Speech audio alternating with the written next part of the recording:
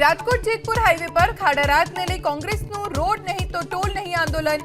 કોંગ્રેસના નેતાઓએ માથા પર પાટા બાંધી કલેક્ટર કચેરી કર્યું વિરોધ પ્રદર્શન।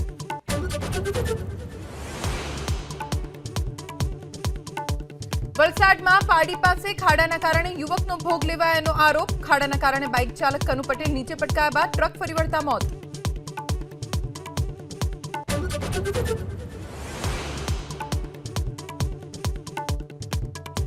પુત્રીના ભણતરને લઈ ઝઘડામાં પતિએ પત્નીની હત્યા કર્યાનો આરોપ। જૂનાગઢમાં ભવનાથ વિસ્તારમાં પતિએ માર મારી પત્નીને મોતને ઘાટ ઉતાર્યાનો દાવ। આરોપીની અટકાયત।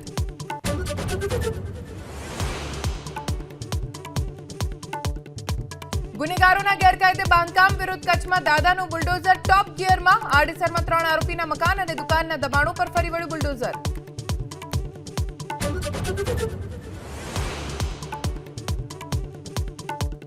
કોલેજને મંજૂરીને લઈ ભ્રષ્ટાચારના આરોપમાં મોન્ટુ પટેલ સામે સીબીઆઈની સાથે હવે ઈડી પણ શરૂ કરશે તપાસ। કેસની તમામ વિગતો મેળવી તપાસનો ધમધમાટ કરશે તેજ।